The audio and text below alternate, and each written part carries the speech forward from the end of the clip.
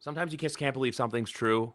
4.5 years ago, I started this for fun because I was sick of tired and talking football with myself in the car on my way home from work, listening to pro football talk, other football stuff, because I was always like this. But I'm like, hey, I can do this for fun. Now we're here, episode 300, brand new studio, aka the basement of my new house. Picture there. Brady Funko right here, my Jellycat football right here. But what would episode 300 be without the squad goals? Sophie Weller from A to Z Sports. You know him from Twitter if you've seen him recently, and also, well, once and occasionally, McGarvin will pop up, and I'm like, he's got a banger of a tweet like he did it with Mike Tomlin earlier this week, which we'll get into. But everybody, NFL football is right around the corner. How are we feeling? Yeah. Feeling good. Almost doesn't feel real. Like it feels like the summer went by so fast. I feel like we just broke from minicamp and we're already here. Somehow it's the middle of July. Before you know it, they're going to be actual things to talk about. And I know it'll just be like, training camp stats and all that, but still like actual ball and less hypothetical. And I'm really excited for the end of everything being hypothetical. I'm so tired of it. So I'm ready for some tangible things to discuss. 2 weeks to the Pro Football Hall of Fame game, by the way. Who plays it? The Ravens and who? Chicago and Houston, I believe. Oh, I thought the Ravens were in it. Oh, cool. I'm gonna double check that while we check in with our. She reports on the Patriots, folks. She reports also on Travis Kelce and Taylor Swift. She is Sophie Weller.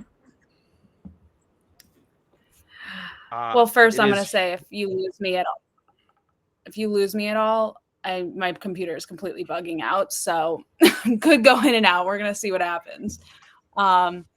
But as for football, I will keep this short and sweet.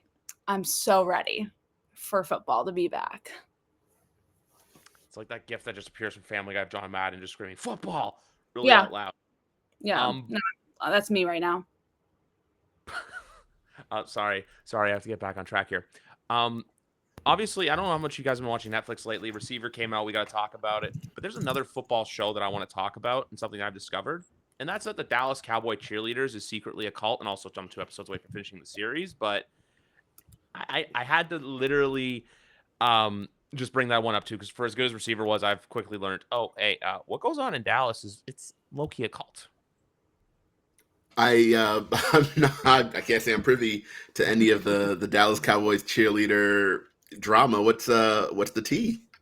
So essentially, they created a Netflix show following the girls throughout like auditions and stuff like that. For those of you who don't know out there, me and my now wife, I get to flex this on air, started watching Receiver, but we watched it way too quickly. So we were like, hey, let's check this out. And then quickly you learn like how these girls are like, oh, once you get in there, like getting cut's the worst thing in the world. Like you drink the Gatorade. Like you got girls talking about like all different kinds of stuff. How it's like a lifelong dream where this girl from New Jersey's auditioning. And I'm like, sweetheart, the Giants are in your back corner. You're going to try out for their biggest rival. What are you doing? Like it's just, I had to get that off my chest. But with Receiver, have you guys watched it or no? Most of it. I have not. I've seen clips here and there, mostly of Tay Adams. He is not happy. He was not happy. But I've only seen clips. I want to sit down and watch. I just don't really have like the consecutive minutes to do so. Because those are the kind of shows where I'm like, I want to watch it all in one go. Because I just know me and I know like if I stop, I'm probably not going back to it. So I want to watch it in one go. But it's just been so busy over the last few weeks. Just wanted to ask, because one thing I've discovered through that show is I love the dynamic. Sophie probably can talk to this more of everyone and being involved. But the one thing I've got to say is I'm just fully convinced now that Amon-Ra's father has wired him just to be a robotic psychopath. Like literally all his answers are, he's just like, he sounds chill, but at the same time, he's like, yeah, we're going to do this. I'm going to dye my hair blue for the playoffs. I promise it. I'm like, okay. Like, and then you see his dad and everything they were doing. I'm like, okay, I get why you're in the NFL, but at the same time too, your dad's like a complete psycho. He's the one though that can speak German, right? Or is that? Yeah, he can speak German. That was to me was one of the coolest parts of that whole series was like learning like, whoa, like that's just things that's part of the reason I love covering the game is finding out those like weird little facts about different players. And to me, that was just super cool because like, unless you watch a show like that, or maybe you're, the hardcore Lions beat reporter, you're not going to know that kind of stuff. And so that's part of why I love these series is that they do such a good job of diving into like more than just football. Yeah, and also too, just with good news and speaking of everything, because I'm going to finally pivot to the Patriots fact. We finally have a team where, look, you know everything about personnel. There's no hiding. There's no behind closed doors. Like, I saw it the other day and people tweeting about it. I'm like, the same thing too, where I'm like, they're announcing what everyone's in the building's doing. And I'm like, I like it, but it's weird. It's a foreign concept to us, where it's like, oh, you don't know who's the man behind the curtain. What does Ernie Adams do on a day today? Nope, everyone's out. Everyone's out there. From Alonzo Highsmith down to what I didn't realize too, that I believe Gerard's son is one of the strength and conditioning coaches. I haven't seen that one. Might it be his brother? It may be his brother. I just saw Mayo, and then kind of like, how do I say this? Curiosity kind of got the better of me, where I'm just like, oh, interesting. For context, I've been dealing with some family stuff, so I'm trying to get them. I've been mostly on top of it, but maybe not as much on the strength and conditioning coaches. You're all good. There's a lot to talk about. There's the Patriots. What's that? You were tweeting a lot about this, Sophie, that list. So is it just like Yeah. NFL teams or executives giving like their top 10 players, or is it something as silly as that ESPN top 100 list that's just driving me and the rest of the sports world insane?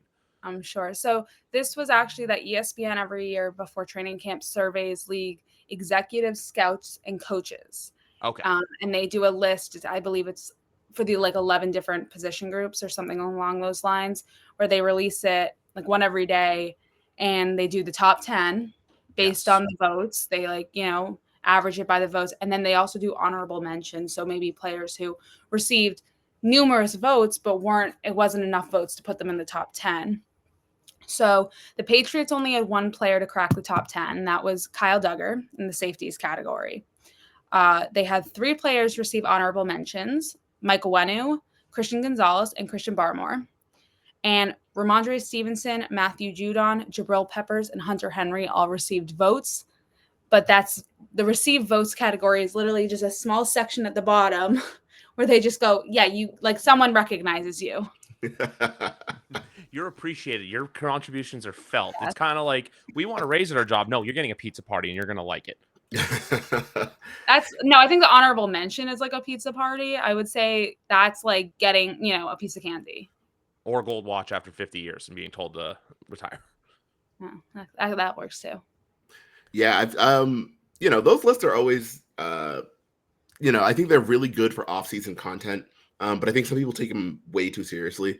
It's, obviously this one holds a different amount of weight because it's, front office folks, coaches and scouts, as opposed to just players like the NFL list. But I think all the same people get like really invested emotionally in those, and, outcry with, oh no, so-and-so was snubbed, and oh, I can't believe he's 8th instead of 6th, or whatever the case is there. But for the most part, I thought the list was like fairly accurate. Like, if you were to, name either 10 best players at each position, I think they kind of nailed it. The one surprise I had was Kyle Duggar at 8, right? He was ranked 8th in terms of safeties.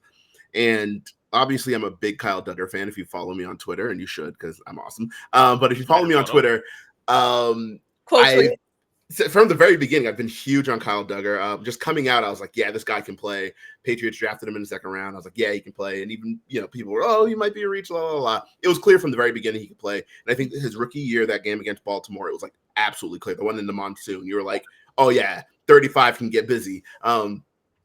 Him coming in at 8th after the year he had, and I know people thought he played poorly last year or didn't have as big an impact because in 2022 he was so good, and that's just a matter of positioning, right? Because they had him playing deep more often than he did.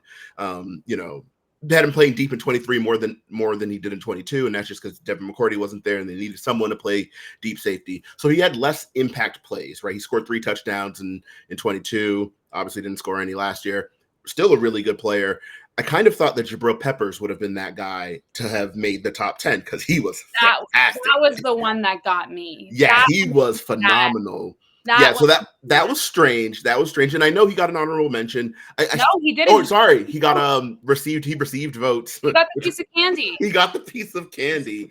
I didn't really understand that. I do think Duggar is a good player. I just thought that, coming off of last year, Jabril Peppers would have made the list over Duggar. But that's really splitting hairs. I think Duggar is absolutely an impact player. And if they can get him down more towards the line of scrimmage like they did in the past, his 3 previous years, I think, his ranking will be justified. I just thought it was strange that Peppers didn't make the list. So that was I was strange to me. fine with like where you put Duggar or whatever, but Jabril Peppers not being on the top 10 list and then not being an honorable mention was the biggest sign of disrespect I've ever seen on those lists. That made me so angry because I was like, this man had a monster year last year, and he was everywhere on defense. I think, unfortunately, with what the lists were was more like contributions on the stat sheet. Maybe when they look back at this list, I think Peppers had plenty, but I think a lot of what he did when we were watching the games wasn't as much a stat sheet thing. But it was like, did you see that flipping play he just made? Like, like when he absolutely destroyed Devontae Adams, like absolutely crushed him. But that's just a tackle in the on the stat sheet. But it was a huge play, led to an interception. So that's what made me so mad. Was I was like, I remember like everyone, we all wanted to talk to Jabril after these massive plays and games. And there was one point last season too, he had like a big bandage on his arm after a game, and we're all like sitting there like, what, oh God. And he's like, nah, don't worry, you'll see me on Wednesday. The thing I love about that too, and McGarvin, spoiler alert for receiver, but you see Adam's wife basically get really pissed off after that hit. She's basically like, what the fuck? Like as soon as he happens, I forgot about it too. Right into there, right into Tavai's hands as well. And then one other thing from receiver quickly, a comment too. I forgot about how goofy the Ayuk catch, which hopefully former Patriots soon in the NFC Championship game was, the one where like ricochets off. And also too, McGarvin, another spoiler alert for you, but you realize how bad Cam Sutton is as a cornerback in that series as well. When a lot of the defensive plays, you see Cam Sutton just trailing the receiver. He's on the wrong end of every highlight. But yeah, no, I feel like these lists kind of are doing what we've just done, like what the two of you just did. They get you to talk because like you're gonna see it and you're gonna go, oh, that's not fair. Like I saw today on Instagram, the NFL did top 10 offenses, and the Ravens didn't even make the top 10. Kansas City was number 2. Like the Colts were in the top 10 too, which I know, McGarvin, you're not that big on them right now, but it's just Kansas City being number 2. I'm not gonna lie. I'm actually like, it makes a little more sense to me. I don't think they're I think that Patrick Mahomes in prime time is like going up against Tom Brady in prime time. Like that's where I will say the comparisons are pretty dang accurate. Is like that's a guy you don't want to go up against or in primetime playoff games because 9 out of 10 we know what's going to happen. That being said, I don't think all last year they had one of the best offenses, and I think just because they're Super Bowl champions, you can't. Everyone has like Patrick Mahomes being the number 1 quarterback. Totally agree with Kelsey number 1. Pretty sure that was going to happen regardless if he was good or not, for the sole reason we all know. Hollywood Brown. Yeah, but I'm more saying like they have a good offense, but I don't know if they're number 1. I think there's a lot of teams out there that are just as equal to number 1 if you're looking at it based on that. So just because they won a Super Bowl, and now I think he's just matching the amount of kids he has to the amount of rings that he's won in his life. I was writing an article. I was writing that article for A to Z, and the temptation to write that in the article, I didn't do it. So I was like, I don't know if this is like borderline, but I was like, oh my God, he's literally trying to go for that. He's like the reverse of Phillip Rivers. Yeah, I think Kansas City at 2 is interesting. I think it's a little high given their personnel from last year. And I know they've gotten a little better. Obviously, replacing Marquez Valdez-Scantling, who was a liability, replacing him with Hollywood Brown, who I'm sorry, I just don't like Hollywood Brown. I think because you have Patrick Mahomes, you get the benefit of the doubt. So they're like, oh, yes, it'll be fine. They have Patrick Mahomes. They have Travis Kelce. They're the 2 best players at their position in the league right now. Fine. That's absolutely fine. But I don't know. I think they're an offense where I think you just got to show me, right? I won't believe it until you show me, because they weren't last year. And I know they won the Super Bowl. And so in winning the Super Bowl kind of just makes everyone think you're the greatest team at everything. But if you watch, they were a defensive team last year, right? Their corners absolutely held it down. McDuffie, L'Jarius Sneed, who obviously isn't there anymore. They had Cook, the safety. Cook was out there. Yeah, Chris Jones, obviously in the middle of that defense, and their young linebackers really stepped up. So Nick Bolton was absolutely phenomenal. They were a defensive team last year, and they were just making it happen because their offense wasn't that good. You think about the game they played against Miami. I mean, they scored 23, and they were absolutely struggling to get there. Like, it's not an explosive offense, or wasn't an explosive offense. We'll see what the additions obviously do. You have Xavier Worthy. Obviously, he's super fast. His hamstrings, we got to see if those hold up. And then Hollywood Brown. You just got to show me. And that's for a lot of teams, actually. We're at the point of the summer where, you know, all these listicles are coming out and everyone's like, this team is going to be great. This team is going to be terrible, all that. And I'm just like, yeah, but like, fuck all that. Show me it in training camp. Like, just show me. The lists drive me a 100%. little crazy. They do, because it's like, you know, I'm always being asked by people like, well, how do you think this team's going to be and all that? And it's like, I can give you my preliminary thoughts based on what I saw, but like, let them get into pads. Yeah. Let me see what it's like when they're going up against the Eagles in joint practices in a few weeks.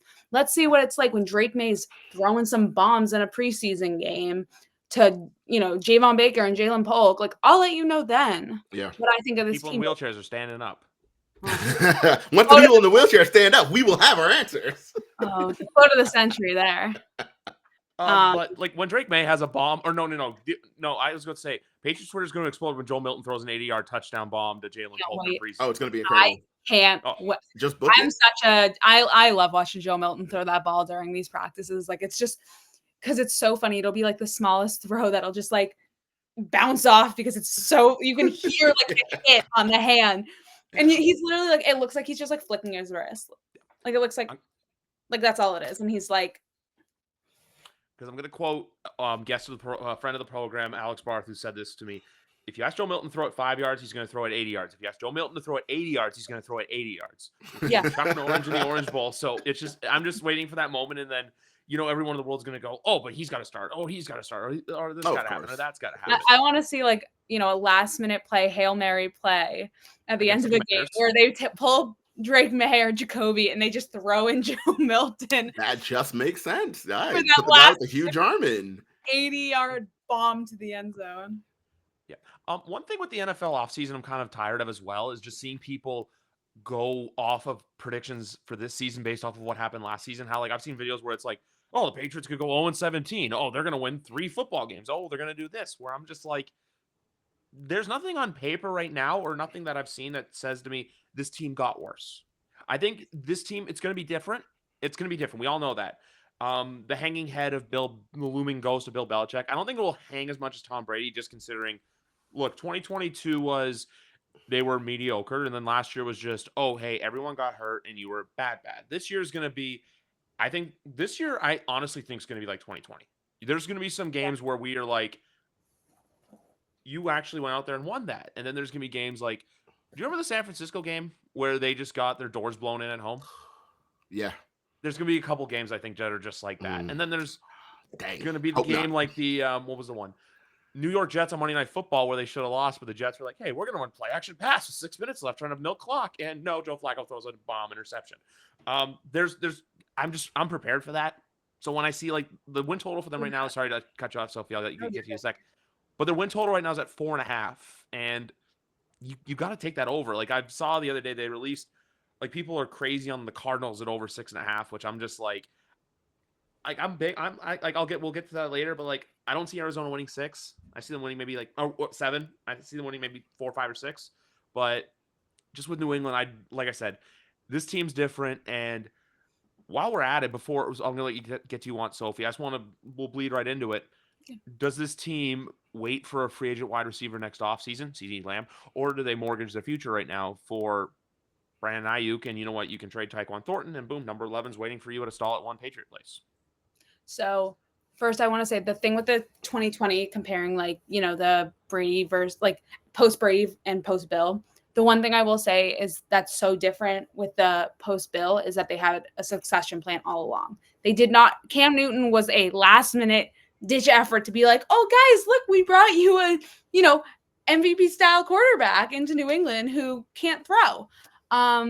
There you go. That was like their succession plan last minute for Tom. With Bill, they always knew Gerard was going to take over. That was never a question. You know, we all saw the rumors of Mike Vrabel. Yes, it did get a little like, oh, like crap, could they make a different move? But it was always going to be Mayo. And I think that's the biggest difference is that this has been in motion for a lot longer. So that's that one. As for the Ayuk talk, I say go for it right now. And that is because you can wait for next season bringing in a star wide receiver at any point. With the most But by cap that space. point, you have it. So why you can use it now? Well, also bring in someone who can start that connection with Drake May early. I think this is a guy who's just coming into the league, who's learning his style in the NFL. And if you bring in a star receiver to play with someone like that, to play with someone who's learning their style, I think right there is going to be a recipe for success, because it's Drake May getting so comfortable playing with Ayuk that when next season rolls around, that's an unstoppable duo. An unstoppable duo. And you have like Demario Douglas like making some like crazy plays and like juking out defenders. Like if that were to happen, next season would be insanely fun to cover. 1,000%. I agree. I think it's interesting. I think if the opportunity presents itself, I think you should, because I think anytime you can acquire an elite player, you do that, right? Because like, why not? And I'm also a proponent of giving up those picks. Fuck them picks. I've just been on record as I just don't value draft picks the same way a lot of people do. They're like, oh no, this is our golden ticket, we have to hold on to it. And I'm like, yeah, or fuck it, like, or trade it, like, you know what I mean? Like, if you're hanging on to it, and I know that I've seen a lot of mock trades, like, oh, would you do this? And it's like, oh yeah, a third, a fourth, and like Juju Smith-Schuster, and I'm like, why the fuck would they do that? Like, who wants Juju? Like, we don't. Why would they? Things like that. I'm like, that's not going to get it done. I think it's people just being apprehensive about like wanting to throw in a first round pick, because everyone's like, oh no, we have to keep that. And I'm like, yeah, or you just trade it for a player that is worth a first round pick, right? Like Brandon Ayuk is worth a first round pick, right? You could keep the pick and draft the receiver, or just give it up and get the receiver. Like, you already know that there's no unknown there. And I think people just hang on to those, to the idea of like, oh, we have a lottery ticket, we have to hold on, we have to cash it later. I think if you can get an elite player, you go ahead and make that trade. But at the same time, I don't know that it's a realistic outcome at this stage, just because I don't actually think he gets moved. I don't think San Francisco is really in the business of moving him.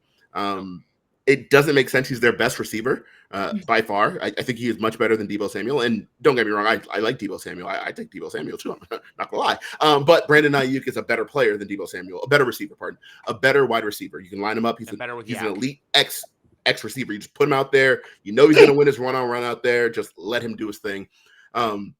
So I don't see San Francisco moving him, but if they were like, hey, you know what, we just want him out, we're going to trade him, and the Patriots were, calling around, like it has been reported by Justina Anderson, they were, sniffing around as early as a few weeks back on Brandon Ayuk, I would, be all in on that. To that point, same thing with T. Higgins. I know that hype kind of died out of like, I remember before the draft, everyone was like, yeah, we have to, T. Higgins or bust. We can't get anyone but T. Higgins. And then the draft happened, and everyone's like, all right, it has to be Ayuk. It can't be anyone else. We can only be Ayuk. And I'm like, I don't know. I'd take either. Good players are good players. My thing, too, is if you can get someone by trade, I think that's actually more beneficial, because fortunately, once free agency hits, if next season, even if it's better than last season, which, I do think it's going to be, if they're still middle of the pack, there's really not a lot of incentive for free agents to come besides the money. Mm-hmm. And a lot of players are, it's the same thing with like, players will take a pay cut if they want to win a Super Bowl, or if they want to go to a team that's a Super Bowl contender. I think if you can get a player by trade, you're thinking long term, and it also could help by getting that one superstar to sign on. Then people might start coming in because they're like, oh my God, you have Brandon Ayuk. Like, I want to play with Brandon Ayuk. I want to, I think from there it can grow. But I do think that right now, for a team such as the Patriots, who have the cap space to make it work, a trade would be more beneficial than testing free agency, because you could offer all the money in the world, but if a player's like, I want to win a Super Bowl next year, I don't think they're going to pick the Patriots. It's not happening here. And I think that's a great point. Becoming a destination, but that obviously starts with like having star players. And I mean on offense, because I think the defense, the Patriots have players on defense who would attract other players, right? You have like, if you're like, hey, I want to play across the stud corner, the Christian Gonzalez is over there, you'll be just fine. Like, sign on, bring it on over, take on the number 2 and look great doing it. I think if Drake May does what Drake May is supposed to do, and what I think he will do, then next offseason you don't have the problem of like, oh, what are we going to do? We have to pay a suck tax and all that. But to that point, I also say, spend the money, right? The Patriots lead the league in cap space right now. are projected to lead the league in cap space next year. I don't understand the idea that like, oh, you shouldn't spend the money. Oh, that's an overpay. Oh, that's too much. I'm like, yeah, but who are you paying? They don't They have didn't anyone. do that. They don't have anyone.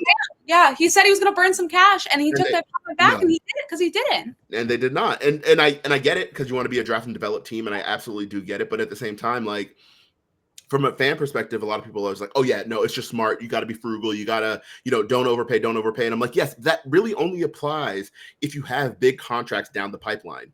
The quarterback was literally just drafted, right? He has at least 4 years and more likely 5 before it's time to like, hey, we really got to pony up for him. You don't have any star receivers in the pipeline. You don't have any offensive tackles that need big money. You just paid Michael Nwenu. You just paid your safety. You just paid your corner. Like there's no one that you look at this year or next year where you're like, oh, we got to save some money to pay this guy. That guy, I mean, those guys have already been paid. Christian Barmore, I think, is a player who heading into last year, I was thinking, yes, he is going to demand a lot of money. So they need to get that deal done. And they did get that deal done. Who's next? Like who's number 9? Yeah, Judon. The issue is the age and the injury. He's 32. I can't see that happening. It doesn't fit that. I think if we're talking responsible team management, I think he should be gone by the end of September, right? I think he should be traded because he's a very good player right now. Obviously, we know that. And it would be great to keep him, but he's 32 and the team doesn't really look like they're going to, contend for any meaningful titles, whether that's the AFC East or the AFC as a whole or a Super Bowl. They're not going to contend for any meaningful titles. And I don't know that with 1 year left on his deal, it makes sense to extend him at 32 because then you're thinking, what, he's going to be 34 by the time you're ready to really get this thing going. I don't know that makes a lot of sense. I wouldn't mind if they did. I don't really think it makes a ton of sense given his age and injury. So I happen to agree. I think if he was willing to, I think some of the contract extensions the Patriots have been able to do this offseason have been so beneficial to the team as much as it's been beneficial to the player. If it could be something like that, I don't think it's totally out there. But if Judon's requesting the kind of money that in some ways his play, besides last season, his play prior has kind of warranted, then I don't think it's the best move for the Patriots. I think you trade him to a team where you can get some. I know we're not the draft pick, fan club here on that bottom screen, but for the rest of people who like draft picks, for the rest of us, you can get some decent draft picks for Judon, or you can get, a decent player who you can develop maybe. So I do think in that sense, I totally agree that it could be very beneficial to trade him this offseason to a team that is contending for a Super Bowl and that has the money that they're willing to pay to get an extension done. So my thing with it is there's the fan of me saying, like, you know what, he's a great locker room presence, extend him. But if he's going to want to be commanding, top defensive end money, you got to do what's logical and what's best for the team. The other thing I'll say on Ayuk is I still feel like if there's not a deal done by next weekend, I don't think it's happening. That's the thing. If this Ayuk thing came out at like the end of May, say around Memorial Day, then I would say go for it. You know what? Mini camp, you have that time to get him in there, get him acquainted. Now it just seems forced and rushed. Like, remember the Jamal Adams trade happened around this time 4 years ago? And look where the hell that went. That was also the rare Joe Douglas win in his Jets GM tenure and blemish on Seattle. But Jadeveon Clowney, same thing. Same team, actually. He also went to Seattle really late into the process, and that didn't make a ton of sense either.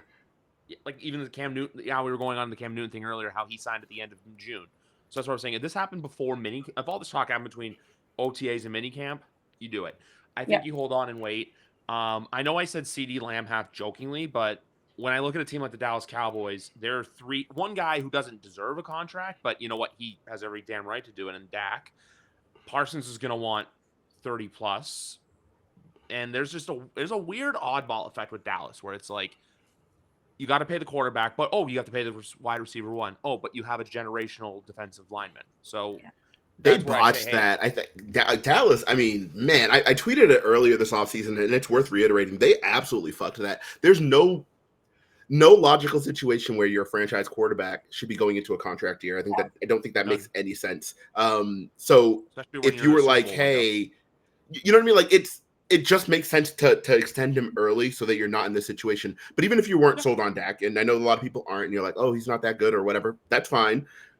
CeeDee Lamb entering a contract year at the same time as Dak Prescott also doesn't make any sense because who the hell were you extending? Because like these guys obviously needed to be paid. When I talked about the Patriots, you know, you're looking at their books and the next couple of years, they don't really have anyone down the pipeline. 2 years ago, Dallas was looking at theirs and they should have said, we got to extend one of these guys. Ideally both, but you got to extend at least one of these guys because right now you're at a point where you have to extend both of these guys before March because they are both in the last year of their deals. And Micah Parsons is a little different because he has the option, obviously still waiting, so they could wait on that. But again, I personally would have already taken care of that. I just don't think it makes any sense to have your starting quarterback and your star receiver in going into contract years for a team that's not flush with cap space. It's not like they have a ton of money. You can just be like, hey, we're just gonna throw a bunch of money at it later. They have a bunch of other players that also like are being paid. Like, what is the game plan here? And I just don't really know that I see the vision with Dallas. For a lot of teams, I can see with Dallas, I'm like, what are you doing though? Like, y'all don't win enough playoff games to be like, hey, we're just gonna make one last run at it and go from there and deal with the contracts later. You don't do that. You just win a bunch of regular season games and I don't get it. I don't understand. Bill will be leading the team next year. It's fine. A small part of me will die inside when that happens. Then you look at a team like Detroit where Jared Goff this offseason paid. Amon-Ra St. Brown, nice paycheck. Penei Sewell, well-deserved paycheck. Yep. So that's where I wanted to bring that up too, because where it's like Dallas and Detroit, where it's like these two teams that are supposedly in Super Bowl windows. And I say that just because with the NFL, for as much as there's guarantees for a lot of teams where you can say there's shoo-ins to make the playoffs, the NFL is the biggest year-to-year league in North American sport. Yeah. Mm-hmm. Like in the NBA, you guys have, I know you guys are on cloud nine with that right now, but you have your list of teams every year you can depend to make the playoffs, nepotism or not. And then baseball, it's a similar sore subject. I'm off baseball completely. My team's a fucking shit show. But with football, it's, year to year. Like look at how Cincinnati the last 2 years, Super Bowl, AFC Championship, not missing the playoffs. And I know I said this earlier, I was going to wait till later in the show, but a Patriot hot take I have for this year is I think they win week 1. I'm going to come out and boldly say it. I have a few reasons for it. One, if Mitch Trubisky can do it, why can't Jacoby Brissett? Mitch Trubisky went into Cincinnati 2 years ago and beat him. And the other thing, too, is Burrow's coming off a hand injury. And for as bad as the offense is, I'm going to say this right now. If you enjoy watching Big Ten pre-2024 football with like Iowa and Northwestern, if the Patriots get into games that are defensive stalwarts, I think they're going to win. It's when there's those offensive shootouts, like what you see with like Oklahoma, like when Lincoln Riley was there and stuff like that. It's kind of like a reverse USC where it's, the offense isn't that good, but the defense is really good. Meanwhile, last year, USC, the offense was great, but the defense was putrid. So that's where I see something like that happening with the Patriots. And then week 2 as well, I'll say that with the Patriots-Seahawks game, you just hold your breath. That's not going to be a fun game to watch. It's going to be low scoring. It's just week 4. I'm not excited for when they go to San Francisco. I'm already holding my breath and knowing they're going to. You guys got to take it on the chin that week. But that's just one thing I want to say at the Patriots. With I'm okay with a loss that week. What I'm actually, obviously, like you got to be okay with the loss to the team that went to the Super Bowl. What I'm really both excited and curious to see is how the defense does against Brock Purdy and that offense. I think that, the Patriots defense for everything that happened last season, that was a top tier defense. I mean, there were Jones will get sunned at some point in that game.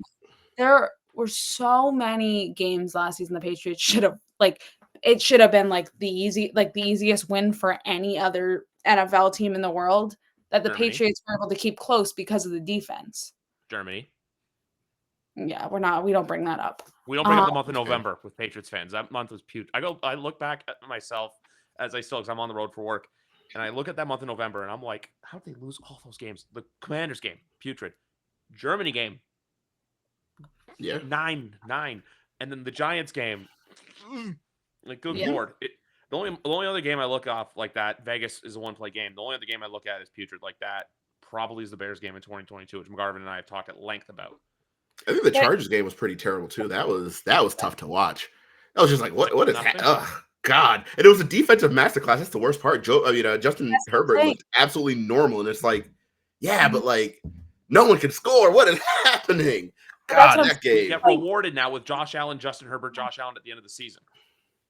It's so different because it's like the defense did so well and just didn't get its flowers considering how horrid the offense was.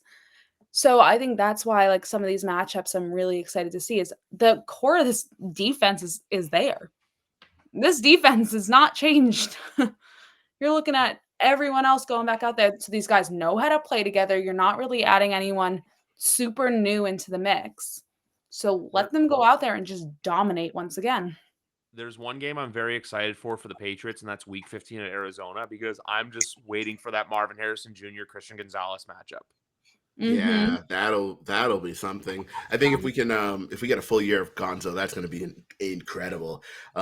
Yeah, I agree. I think the defense is going to do what the defense does. As far as your hot take, Griff, I don't know that it's a hot take. I think Cincinnati is notoriously a slow starting team in the last four years.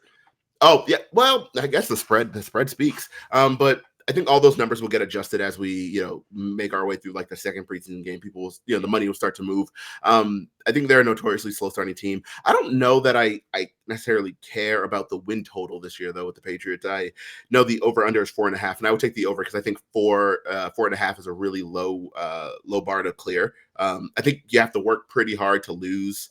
However many games it would take. I'm so bad at math. I think 13 is the number 13 because 4 plus 13 is 17. I'm good at math. I think you have to work hard to lose 13 games.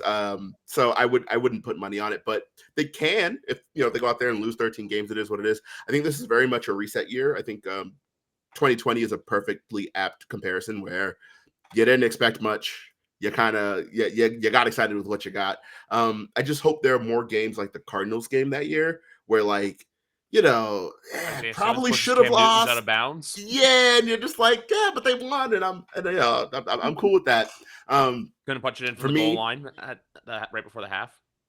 Yeah, and then obviously Nick Folk became a folk hero at that point. No, pardon the pun. A little folklore. So I'm just a little folklore there. So I'm just I'm looking forward to seeing what they do. Really, this year for me is just like, hey, we're just gonna build and we're gonna play some good games, find out who can play for us, and make it happen from there. That said, when talking about the defense, there are some positions that kind of concern me. Corner, I think you need someone else there. You need another vet there. I think you have a lot of potential, not enough production, right? I think when you look at the corner group there are 2 of them who have started more than 10 games in the league. It's Marco Wilson and Jonathan Jones. Everyone else is under 8. I think Jonathan Jones is next at not Jonathan Jones. Marcus Jones is next at 7 or 8. So they just haven't played a ton of games. Alex Austin was really good last year in small stretches. Sean Wade started his first games. He's 3 years into the league. He just started his first games this past year. I think, Isaiah Bolden's going to be a contributor on defense. Mark my words there. I think see Bolden. Yeah, I think he's going to be very good. I just, it's just a lot of, I think, going to be good and not enough. I've seen him be pretty good. So Austin looked really promising during the I will say that just too small a sample. That's my only issue. Of course, but I think that's definitely something worth pointing out is that was someone who has looked really, really strong. He's put in the work. It's very clear. I think what's also so cool about him is he wants to be a Patriot more than anything in this world, considering his uncle. That guy, he's just so excited to play football too. I think that's really where I vibe with him. I'm his enthusiasm is palpable. But I just need one more veteran corner, someone who because right now you're an injury away from starting guys that you don't really want starting yet. Eventually you'll want them to start, but maybe Sean Wade was good for stretches last year. I just don't know that going into the season, like, hey, don't worry, we got Shaun Wade is going to be like the way the way to go. So I just one more veteran corner and I'll be all right there. I think we need a true. He's a depth piece. Exactly. And he's good depth. Don't get me wrong, he's good depth. But he's not a starter. We're not going into Cincinnati saying, hey, you're gonna Shaun Wade, you go out there and you cover Jamar Chase, damn it. Like that's a recipe for disaster. Maybe don't do that. So I just need someone who's a little more experienced, even if they don't make the team, right? Just someone going into camp and having that option would be lovely. I think you need a true free safety on the roster. They don't have one. You just need someone else who can play deep. That way you can keep Duggar closer to the box, like we said at the top of the show, and you can keep Jabril Peppers in that star role where sometimes you're playing him in the slot, sometimes you're playing him as a pseudo linebacker, sometimes you're just playing him at strong safety. Just you need another one there. And then the defensive line, I think, is low key an issue. The defensive interior in particular, I think Devon Godshaw's holdout hasn't been talked about enough. I think that's a problem because if he doesn't go and you already cut Lawrence Guy, you have Daniel Ekuale coming off an injury, and then you have Armin Watts as your only other run stopping DI. I just don't love that. Obviously, you have Sam Roberts, but he's more a pass rusher to me. I think you need one more guy there, and it wouldn't surprise me if by this time next week they've added another guy at all three positions that I've mentioned. So I think the defense will be fine. I just I'm afraid of injuries right now, and I think that's where it falls apart. Where as on the offensive side, those guys are all going to be learning anyway. So like, fuck it, like keep the young guys, play the young guys, sure, whatever. Like, but on defense, I'm like, yes, if you're going to build it, hey, we're going to be a dominant defensive team, and we're going to run the shit out of this football. Maybe have some depth in place on the defensive side, so that we're not looking at Jeremiah Farms and Armin Watts trying to plug the middle there in week 4. That doesn't seem like something I'd want to see. What do you think about running back? No, I feel like that's another one to talk about with the depth. You need another guy. You absolutely need another guy. I like Antonio Gibson. Obviously, Ramondre Stevenson. Kevin Harris is a player that I'm less high on than everyone else. I just don't really see it. I think he has some good runs here and there, but I think he is a back of the roster guy. Yeah, just like he's here and he can give you a few touches here and there, but like if Ramondre Stevenson goes down, you're not like, hey, don't worry, Kevin Harris is gonna like carry us to the promised land, because like he's not.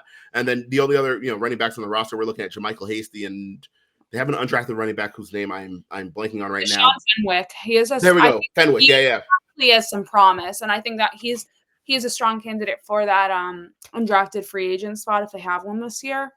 But it's not someone that if Ramondre Stevenson goes down, you're going to be like, oh, don't worry. But we're just going to feed him the ball. Yes, I think they need one more guy there as well. So, yeah. I had a feeling we'd agree on that one.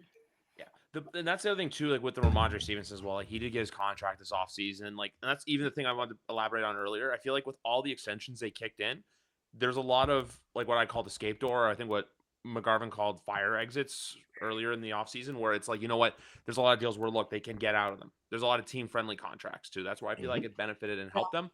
But one other team I want to go on quickly right now is, I'm not going to say they're going to be Houston, but if there's that flash from May, like what we saw from Stroud, where it's like, oh, hey, he's the guy. Houston then next offseason can, like New England could do what Houston did this offseason and go, hey, we can get Stephon Diggs. We can go pay Danielle Hunter, because guess what? In 3 years, you're not going to be able to do that when CJ Stroud's going to be commanding probably $60 million. And for everyone saying, oh, it's a lot of money, cap's just going to keep going up and up and up. Thanks, Sophie's girl over there. Thanks, Taylor. No, literally. And then it's all the money from the Eras tour. She's just helping him out. Exactly. That's exactly it. But then when you look at depth with this team, like, run stuffing, because runs was an issue last year. And also when you said you don't want to have Jeremiah Farms playing there at week 4, look, because that's Chris McCaffrey going up against. There's a lot of elite talent. This team, there's going to be moments of, hey, they got something here, but then there's going to be moments too where you look at it and go, like, what the hell, man? Like, do you guys remember the Broncos game from 2020 where the Broncos should have whooped us, but Drew Lock, we learned, oh, hey, Drew Lock's bad. Yeah. Like moments like that, but hopefully not against teams like the Denver Broncos. There's a lot of games too where I'm just like eager to see, hey, how's the defense look, like the San Francisco game?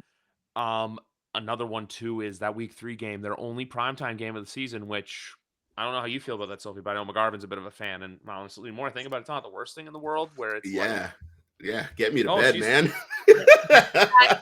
Oh yeah, but you say that like you get to shut the TV off when the game's over. Like I'm Yeah, in the interview room, and I gotta go home after, drive home after. Those are the it's a road game. And then Bill would set a press conference for 7 a.m. tough. Gerard's gonna let you sleep in. Every time. Yeah, But that because I still say this, and I'm not ready for this. But if there's two things the first 2 weeks I'm looking at. Week 1 is if the Jets beat the 49ers, you're going to see some of the most ludicrously asinine takes coming out of reporters' mouths about the Jets are back, super bad. Get up with Greeny. He'll be talking about as the Jets are winning that Super Bowl. I'd rather go drink laundry detergent or eat a Tide Pod that's in the room over there. The other one too is, and I feel like this is a great game to see a litmus test game, is the week 2 Sunday night football game between the Bears and the Texans. I know they play in the Pro Football Hall of Fame, but that's a game where I think we're going to look at it and go, these are where these teams at. And then there's another one where the Texans play the Lions on Sunday night football, where I think it was McGarvin I said this too, where it's just like, it's the kind of game where, you're a football fan, you just sit back and relax and just watch those two teams go to war for 3 hours. But it's going to be a fun season. It's going to be exciting. It's just, I think there's going to be little bumps in the road, little, all this stuff there. But, it's like my screen freezing at the beginning of this podcast. Bumps in the road. Bumps in the road. But actually, Sophie, this is a game because obviously, look, you're like not new to the show, guys. Sophie's been on a hell of a lot lately, and hopefully we can have her on as much as we can throughout the season going on. Much as you want. But last season, McGarvin and I did this game at this time of the year where we went through who next year is eligible for the Pro Football Hall of Fame, and we either say yes, no, or maybe seeing if these are only first ballot guys, where it's like, is there a true case of them getting in? The only one him and I agreed upon that didn't get in was Antonio Gates. I remember we basically both said lock at the same time. Weird. And that was weird. That was weird. But the first guy on this list pains me because I feel like the reason he's probably going to get in is because of games he's won, and that's Eli Manning. Yeah, that's going in. He will. Should he? Probably not, but he will. They're gonna flash those 2 Giants Super Bowl wins over. I mean, it's just the fact that he beat Tom Brady twice. Because if it's anyone else, nobody cares. Oh. The one clip from the Dynasty that still burns me inside is the fact that Tom Brady's basically saying we had 4 corners ready to catch that ball if Tyree slips up.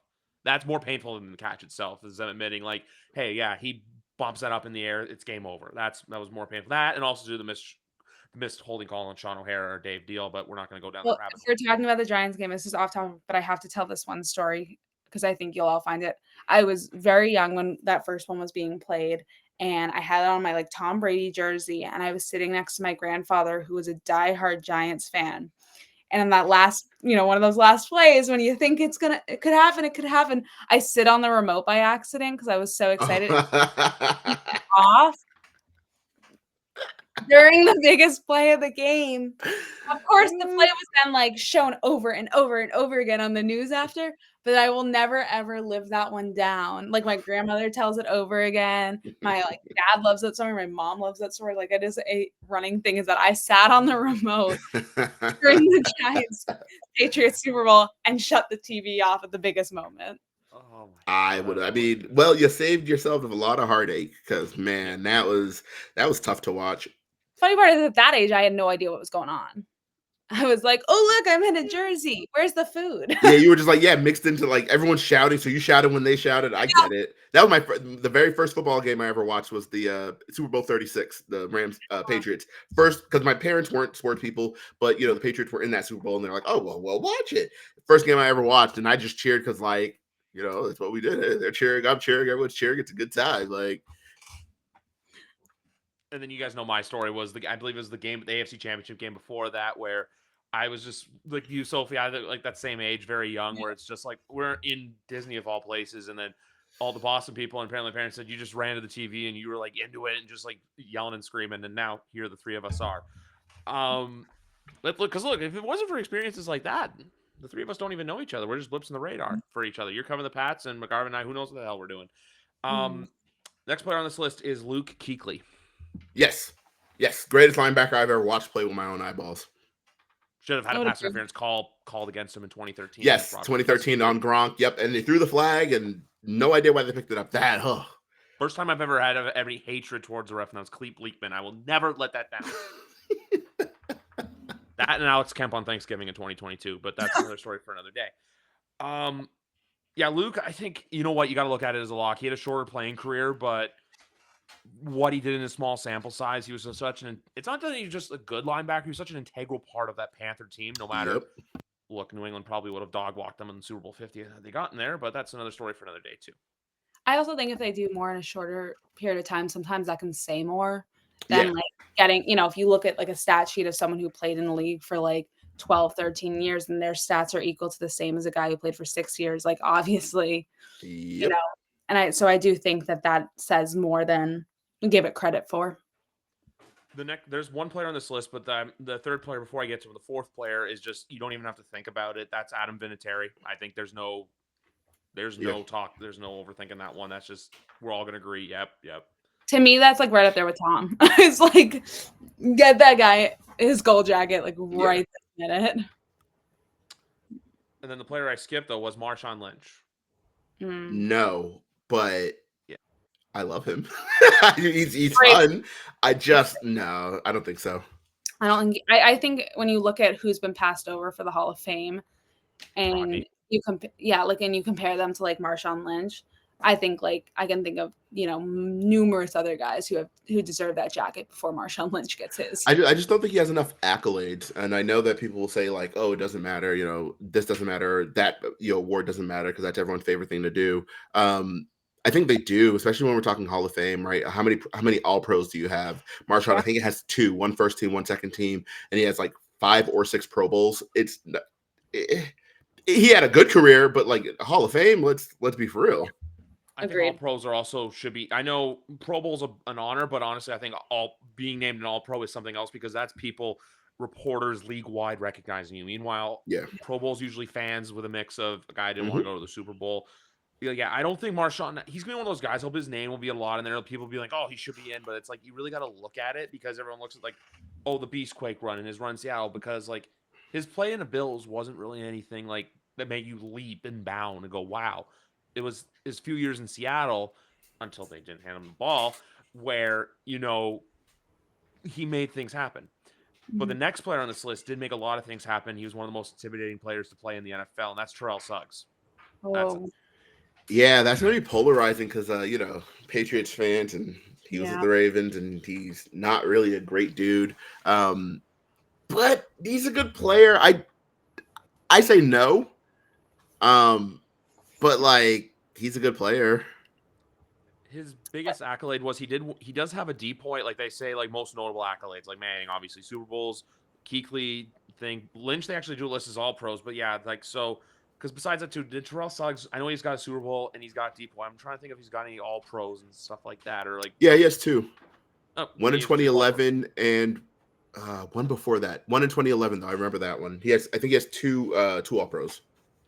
I think I think he's a bubble guy. He'll be a semifinalist, but I could see him not getting in. Kind of like what happened to Antonio Gates this year. Like the next guy too, even on this list, and that's Earl Thomas. I think like the same sort of thing where, but like when I say bubble, I can see like guy, I think I'm agreeing. Yes, sorry, I was shaking my head. No, he will not get in next year. Yes, I agree. He is a bubble guy, like you were saying. Yes, absolutely. And then Darren Sproles to finish this list. No. Yeah, but fun. Then again, I think I don't know. I think whenever we do this or whenever we talk Hall of Fame in general, I think my standards are like much higher than some of the voters because I'm just like, no, like fucking Darren Sproles, like be so for real. But no way. I'm thrilled to see you in these rooms, like talking this through. That's exactly how I would do it, though. Like, hey, come on, Darren Sproles, relax. They have like Peter King and Tony Dungy and like Ben Volen in a room, and then there's McGarvey in the corner. It's like everyone vote. Yes. Can we? Let's table it. I think there are a lot of these guys who are like would be in the Hall of Very Good, absolutely, but like Hall of Fame, come on, like It has to mean something. I think my favorite criteria for like Hall of Fame, right, is when they're like, "Hey, can you tell the story of the NFL without including this player?" And I'm like, "Yeah, you can tell the whole story of the NFL without including Darren Sproles." Like, absolutely. Yeah.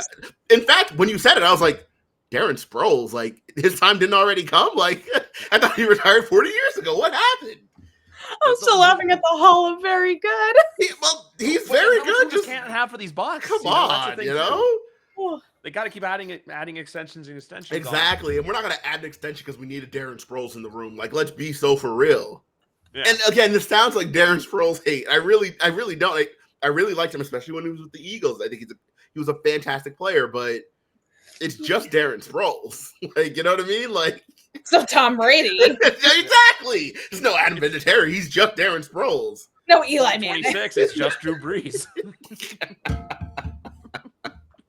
I say that too, just because Drew Brees is like when we do this game next year, he's going to be locked. That's why I say that. Oh, absolutely, absolutely. Yeah, you know that's why like I look at it. Like I feel like this is a take I always like. I feel like for as good as he is, I feel like he's one of the most underappreciated careers in the NFL just because of the time he played at and like Manning. Who, Darren Sproles?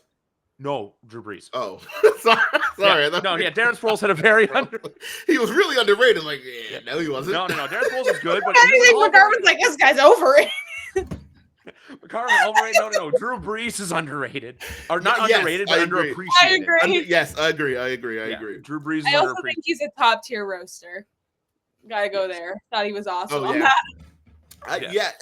I think his worst crime is that he played in the era that he played in with some of the other guys he played with, because it's just like, would he have gotten to more Super Bowls if he wasn't playing alongside, you know, the Eli Manning Giants weren't really that good, but they got there. Aaron Rodgers obviously was there. You know, I just think he played in a time where it was just like there are a lot of really good players here. Hurt. Yeah. Worst crime was getting hurt and having to give your job to, as he said, the worst backup quarterback in the world, Tom Brady. Wait,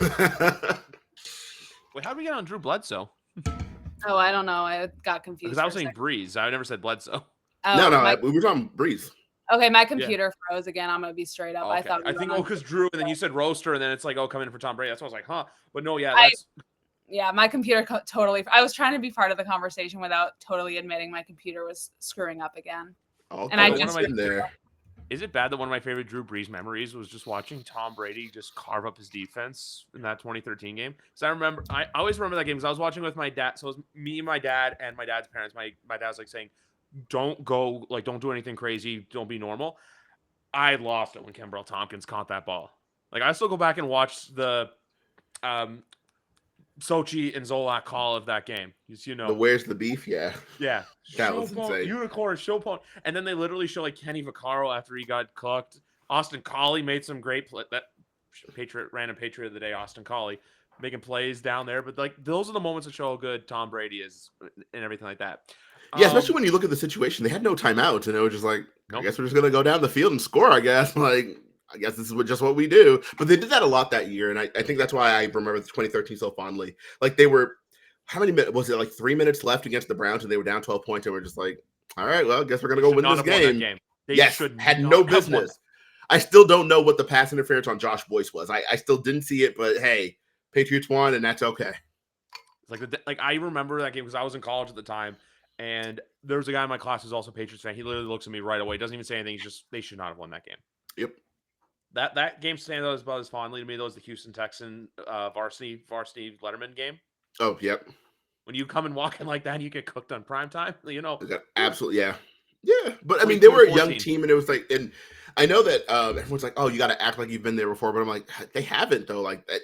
You know, they're a young team in terms of like franchise length, and that was like the best team they had ever put together. So I get it, but y'all gotta have some pride. Don't get embarrassed like that. And guys, the other one too. The moral of the story is that we need football to start because my computer froze, so I said Drew Bledsoe instead of Drew Brees. The computer freezing thing. I think we just need football back. It's time. We do. I think that's the moral of the story, at least for me tonight, is that. And also, to me, going back and always reminiscing on the time when Alfonso Smith looked at Tom Brady and said, no, and then he got cooked on Thanksgiving. Yes. Oh, my goodness. What a day that was. He was getting cooked by, was it Brandon Tate? Gosh. Yeah. What a life. What a life. What a life indeed. Before we wrap up, because obviously, look, I want to stick to the rundown as best we can, even though, look, shows go off the rails, it happens. But if you guys had to, so which one would you guys rather do? Would you rather do training camp here, or would you rather do the team where it's like, a team you're high on, a team you're low on, and a team you're kind of like, hey, like you're kind of like secretly rooting for? Like, which game would you guys rather play? If we're gonna do Patriots theme, I gotta go training camp here. Yeah, Let's do training camp for sure. Let's do Yeah. it. I'm gonna let's let Miss A Disease. So let's let Miss Weller take this one. Someone that I think is gonna shock a lot of people in training camp is Kayshon Boutte. I'm going strictly based off of having the legal issues behind him and how he looked in mandatory minicamp. He was one of the best receivers on that field during mandatory minicamp. He impressed a lot of people, and I think that's someone who's going to come out with a vengeance, especially considering that he barely played last year. I mean, he did all this work, made the active roster, and then Bill never gave him the chance to play. So I think that's someone who's ready to prove in year 2 that there's a reason he made the roster. So I think that's definitely one I'm keeping a very close eye on. Sure. I whatever with Kayshon Boutte. I just need to see. Obviously, I didn't see minicamp like you saw, so like I don't have that. But based on what we saw last year in training camp, I would just need to see a lot more from him because I think he had like a really good end to training camp, but was like invisible for for the vast majority of it. So if you say he made a huge huge improvement, I'm excited to see that. My player, as far as like who's going to shock people, might be Keon White. And I know that's a weird one because like people already kind of like him a lot, and they're like, oh, he's going to be really good. But I think he's going to be better than really good. But I've seen some other people say it, so I was trying to. Yeah, I don't want to like just bite their style, but I think he has the kind of potential of like, hey, this is like our cornerstone guy, like a Chandler Jones, like, hey, don't worry about it. We're gonna generate pressure, and it's gonna come from 99. And I don't know that they've had a guy like that that they drafted really since. I know Uche had moments. I don't know though. I think Uche is really streaky and his liability against the run. So we'll see how that goes. But I think Keon White will absolutely have that. If we're looking offensively, I think Caden Wallace isn't getting his due. I think he's a much better player than people want to admit. And I think it's just a matter of he has not played left tackle before. And so everyone's like, oh yeah, he's going to be terrible because he's never played left tackle. Obviously, if he was good, he would have played left tackle at Penn State, completely ignoring that Olufashano was on the other side there. But I digress. I think he's a really good player. I think he is going to stand out. It'll be a little slow to start because offenses are usually behind defenses to start training camp. But I think Caden Wallace is going to be a standout player. By the time we get to like the actual people moving portion of camp, where they're like actually blocking and dudes are actually hitting, I think Caden Wallace will hold his own there. There's a player I'm excited to see on the defense just because he was a later round pick and he was the only defensive player picked. That's Marcellus Dial from South Carolina. Just especially when we're talking about the corner depth and everything like that. I think he's a player that can kind of come in and because you see that every year. But mine's a little different. Mine's a vet. It's not a name that's probably gonna be kind of a vanilla name. He's a veteran. He was brought in. Something just speaks to me about Austin Hooper. I don't know what it is. I know he does not really? the best track record. I know he doesn't have the best track record, but if you look at what tight end 2 has been for this team for so long, you don't have shoes to fill. Like when you said he's a veteran, yeah. I had like 4 different names come to mind, and none of them were Austin Hooper. So when you said Austin Hooper, I was like, oh my God, that is not who I thought you were going with. I just also think, too, just because he had some good success in Cleveland when he was with Alex Van Pelt, so Van Pelt will be able to utilize him properly because we've seen the Patriots try to bring in Mike Gesicki. Didn't work. Jonnu Smith was a huge failure, even though I was like, I'll still never live down the day. Hey, they signed Jonnu Smith. Holy crap, they signed Hunter Henry, and you guys know how big of a Hunter Henry fan I am. I maintain that Jonnu Smith was a good player on a bad team. Yeah. Because he went out in Atlanta, and he played really well for them last year. So I don't know. I still think like he was just in a tough situation. Team didn't really have a plan on how they wanted to utilize him, or didn't have the ability to execute how they wanted to utilize him. So he became a gadget guy, and I don't know. I'm still on the Jonnu hive. Yeah, and also, Joe, I'm not saying like Austin Hooper's going to be like this generational tight end coming in, but I just think he's going to be a guy where everyone sees him and says like, hey, you know what? Hey, he can still play. Hey, he can contribute. I'm not out here saying he's going to contribute anything major. I'm just saying like he's a player I think people are going to look and go, oh, hey, yeah, like you do every year with the, because the NFL offseason is so long too, to where there's always players the team sign where it's like, oh crap, he's a Patriot. I feel like it's kind of like that dynamic. But Marcellus Dial is my real big one, just because of the cornerback depth we were talking about earlier. It's just something inside me has always been speaking about, Austin Hooper, and also because I can make Mr. Hooper jokes from what's the show, Sesame Street, for fun online. But as McGarvin's one, a younger kid here, he would know that. It's just. We need NFL football. Like, I don't get me wrong. I love CFL football. It's right behind me. I get to go to a game. I get to watch live football on Saturday. Yes, but it's right around the corner. So that means podcast times are heating up. Actually, I'm coming back tomorrow. I know I've teased this on Twitter. But tomorrow it's another Patriots episode. Why? Because from the Boston Herald, Andrew Callahan will be joining me as we're going to talk some more Patriots, get into some more stuff. I'm very much looking forward to it. Him and I sitting down talking shop. But anyway, guys, these guys won't be going away anywhere. Hopefully, look, we can get Sophie as much as we can during the season. McGarvin and I will be here all season long. Bledsoe and Drew Brees tomorrow, too, I was really good at that tonight. My computer froze so well at the perfect time. Just these things happen for a reason, but you know what? It's what makes an entertaining show. And if we can end it with him just with his great big smile down there, we know we've done our job as the three of us with squad goals. So if I can make McGarvin laugh at least 4 times during an episode, I consider it a success. You literally made me laugh tonight when you did your little draft pick club. What did I do? I don't even know. When you mentioned that the guy on the bottom screen wasn't huge on draft picks, it took me a minute. I was like, who the hell is the guy on the bottom screen? I'm here for entertainment purposes only. Hey, that's all it is. It's a fun show. And a screw up we were talking about. It's what happens, though. At first, I was trying to find my rhythm and find everything, because it's been a couple weeks since I recorded, obviously. Like, the world's been talking about brand new studio, brand new piece of jewelry, all that fun stuff. But, guys, like I said, the train's not going to continue. The train's just going to continue to roll. Now that we're getting into training camp, now that we're getting into all this stuff, if you ever see a Photoshop of the three of us, it's because I'm not at training camp. And Sophie's going to be living at Gillette Stadium for the next 5 weeks. McGarvin's going to be there at some point. Mm-hmm. Guys, 300 episodes in the bag. It's as easy as that. But we'll see you tomorrow for a brand new YWC football talk. Have a good night, everybody. Bye.